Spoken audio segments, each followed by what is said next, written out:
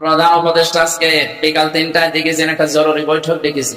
বাংলাদেশের বিভিন্ন রাজনৈতিক দল, প্রশাসনে যারা আছে বিভিন্ন বিভাগে, তাদেরকে প্রধানদেরকে ডাক দিয়ে বলছে যে সতর্ক থাকা লাগবে। তার মানে কিছু আঁচ পেয়েছে হয় যে এমন একটা সময়, যে সময় অলরেডি বিশ্বের কয়েকটা দেশে যুদ্ধ চলছে।